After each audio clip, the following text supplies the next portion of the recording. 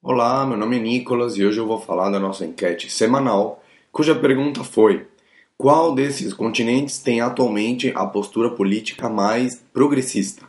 Ásia, América do Norte, África, Europa ou América do Sul?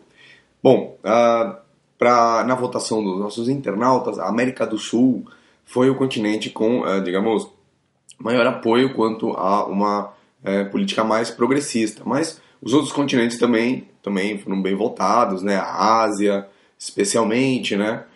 E a África realmente não foi a menos escolhida pelos nossos internautas. Bom, vamos lá, fazer uma análise de cada uma das alternativas. Em primeiro lugar, a própria pergunta, né?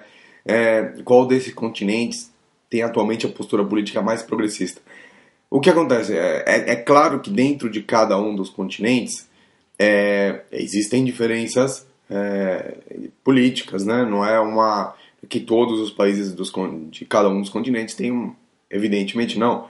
Mas é possível você tirar um resultado, né? Uma resultante ali dos países, mesmo porque dentro dos continentes existe a questão geográfica, né? Ela tem uma influência enorme na política, por mais que às vezes as diferenças de fronteira sejam muito enfatizadas, mas a diferença de continentes, a questão geográfica é extremamente forte.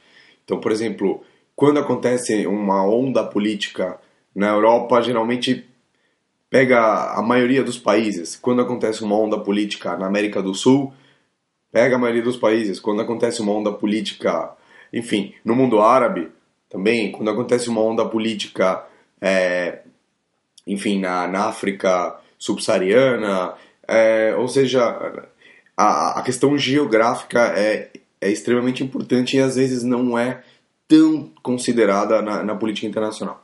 Bom, mas, por exemplo, a Ásia. Qual a postura da Ásia atualmente? A gente pode fazer uma análise do ponto de vista da expansão do sistema democrático no mundo. Né? Segundo essa análise, a gente tem alguns continentes que já estão quase completamente no sistema democrático e outros menos. Então, por exemplo, é verdade que a Europa foi uma região do mundo que teve um grande desenvolvimento da democracia, especialmente depois da Segunda Guerra Mundial. A Ásia, como eu comentava, também passa por um processo de expansão da democracia, mas é mais recente. Existe um continente que praticamente consolidou a sua democracia em todos os países, que é a América do Sul. Isso aconteceu de uma forma relativamente recente, né? Apesar de alguns problemas recentemente no Paraguai, mas pode-se dizer que a América do Sul é um caso de sucesso da democracia no médio prazo, né? Dos 12 países, todos os países são democráticos e inclusive, isso não acontece, por exemplo, na América Central, né? Enquanto que, bom, na América do Norte a tradição democrática dos Estados Unidos remonta já a mais de 2 séculos, né? Mas, por isso, quando se fala numa política mais progressista, um aspecto possível de ser analisado é o aspecto democrático. Mas não é só isso. É possível analisar, tá bom, dentro do aspecto democrático, qual continente vem tendo uma postura mais progressista. No caso, os continentes que são praticamente todos democráticos seriam a América do Sul, a América do Norte e a Europa. Se bem que a Europa, exatamente geograficamente, não se pode classificar como um continente, né? Seria quase uma península da Ásia, geograficamente, mas em termos históricos acabou se denominando como um continente. Mas a Europa também tem a democracia praticamente espalhada pela região, né? Já a Ásia e a Europa, perdão, a Ásia e a África não é esse o caso. A Ásia e a África estão num processo relativamente acelerado nos últimos tempos de democratização, mas ainda, apesar de alguns países teriam políticas muito progressistas. Em termos de continente, é difícil colocar tanto a Ásia como a África numa política mais progressista, por exemplo, do que a América do Sul.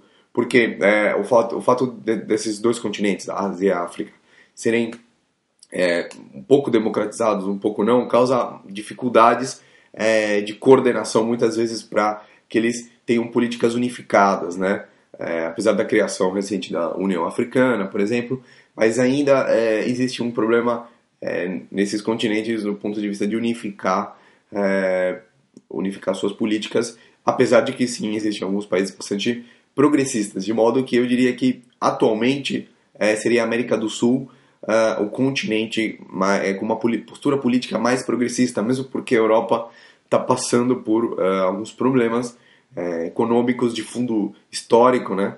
Então, ainda existe uma certa predominância dos governos de direita na Europa. Além disso, a Europa precisaria aprofundar um pouco mais a sua integração política, justamente para conseguir exercer o seu poder. A gente está vendo alguns exemplos com a Unasul, né?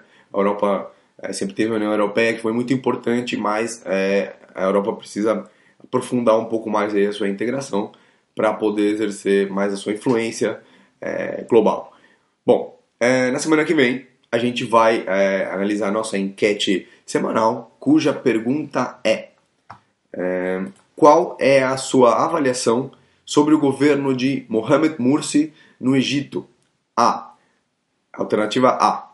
Agora o Egito tem um sistema político democrático? B. Alternativa B. Para ser uma democracia, ainda é necessária uma nova constituição? Alternativa C.